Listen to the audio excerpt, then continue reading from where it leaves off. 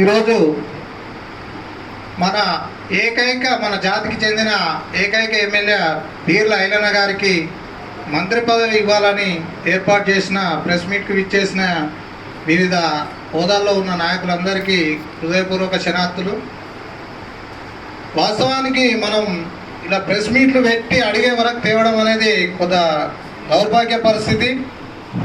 మనకు 2 టికెట్లు ఇచ్చిన కాంగ్రెస్ పార్టీకి ఎంత చిత్తశుద్ధితో పనిచేసినాం. ఈరోజు కాంగ్రెస్ పార్టీ అధికారంలో రావడానికి దాదాపు 20% కుర్మలమే కారణమని తెలిసినప్పటికీ వీరు ఈరోజు మనకున్నటువంటి ఏకైక ఎమ్మెల్యే బీర్ల ఐలన్న గారిని క్యాబినెట్లో తీసుకోవడానికి ఎందుకు సంకోచిస్తున్నారు అనేది తెలియని ప్రశ్న.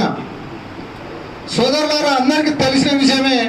గత 40 సంవత్సరాలుగా కుర్మలకు ప్రాధాన్యత లేదని మనం ఏదైతే ఈరోజు మనకి ఏ పార్టీ టికెట్ ఇస్తే దానికి కట్టుబడి అందరం పనిచేస్తామని మన తెలంగాణలో ఉన్నటువంటి లక్షలాది మంది కుర్మలం సంఘటితమై కాంగ్రెస్ టికెట్లు ఇచ్చింది. ఈరోజు కాంగ్రెస్ను మనం అధికారంలోకి తేవాలని ప్రతి గ్రామాన తెలంగాణ వ్యాప్తంగా గట్టిగా పనిచేయడం జరిగింది. ఈరోజు తెలంగాణలో కాంగ్రెస్ను అధికారంలోకి తేవడం జరిగింది.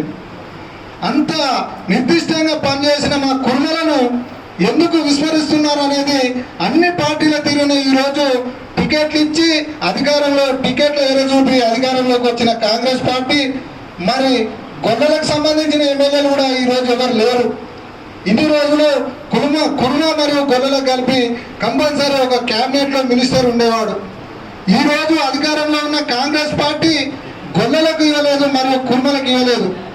ఎందుకు ఇంత వివక్ష చూపుతుంది? ఇప్పటికైనా గ్రహించాలి.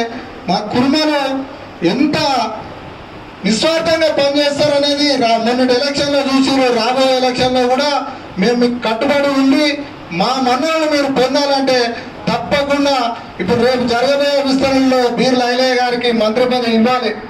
లేనట్లయితే మేము ఎంత ఓపికతో ఉంటామో అంత ఆగ్రహంగా కూడా పనిచేస్తామని తెలియజేస్తున్నాం. తప్పకుండా రాబోయే మంత్రి పదవి విస్తరణలో బీర్ల ఐలయ్య గారికి మంత్రి పదవి ఇవ్వనట్టయితే తెలంగాణ వ్యాప్తంగా కుర్మలమంతా ఆందోళన బీసీ సంఘం కూడా ఈరోజు బీర్ల ఐలయ్య గారికి మంత్రి పదవి ఇవ్వాలని మద్దతు పలకడం జరుగుతుంది. మాకున్న ఏకైక ఎమ్మెల్యేను మాకు ఒక గాడ్ ఫాదర్గా భావించి తెలంగాణలోని 40 లక్షల మందికి అతను ఒక లీడర్గా చూస్తున్నటువంటి సమయంలో తనని తప్పకుండా మంత్రి పదవిలోకి తీసుకోవాలి.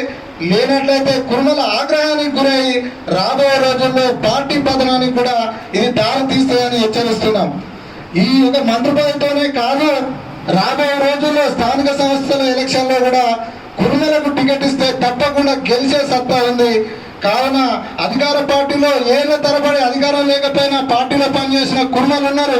వాళ్ళందరికీ గుర్తించి ఎవరెవరి స్థాయిలో వారికి కార్పొరేషన్ చైర్మన్ కావచ్చు, మిగతా మార్కెట్ కమిటీ చైర్మన్ కావచ్చు, రేపు జరగబోయే స్థానిక సంస్థ ఎలక్షన్లో కూడా మా కుర్మలకు ప్రాధాన్యత ఇచ్చి టికెట్లు ఇచ్చినట్టయితే తప్పకుండా వారిని గెలిపించుకోవడమే కాదు, కాంగ్రెస్ పార్టీకి అండదండగా ఉంటూ ఎల్లవేళలా మా సపోర్ట్ ఉంటుందని తెలియజేస్తూ, లేనట్లయితే మా ప్రతాపం కూడా చూపించి మొన్న బీఆర్ఎస్ ఒక్క టికెట్ కూడా ఇవ్వలేదని మేము రాష్ట్ర వ్యాప్తంగా ప్రెస్ మీట్లు పెట్టి పిలుపునిచ్చి బీఆర్ఎస్ ఓటమికి కారణమైన కాంగ్రెస్ పార్టీ గెలుపుకు కారణమైన రాబోయే రోజుల్లో మమ్మల్ని విస్మరించినట్టయితే కాంగ్రెస్ ను కూడా మేము ఓడించడానికి వెనుకాడమని హెచ్చరిస్తూ తప్పకుండా ఆ పరిస్థితి రాకుండా చూస్తున్నారని కాంగ్రెస్ పెద్దలను గ్రహించాలని తెలియజేస్తూ రాబోయే మంత్రివర్గ విస్తరణలో తప్పకుండా మేము అడగక ముందే ఇచ్చేదండి, అడిగే వరకు వచ్చింది.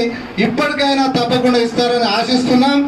రాబోయే రోజుల్లో స్థానిక సంస్థల ఎలక్షన్లో కూడా మా వాటా మేము సాధించేందుకు గట్టిగా జేఏసీ నాయకులతో కలిసి ప్రయత్నిస్తామని తెలియజేస్తూ నాకు ఈ అవకాశం ఇచ్చిన పెద్దలందరికీ ధన్యవాదాలు తెలియజేస్తూ ముగిస్తున్నాం.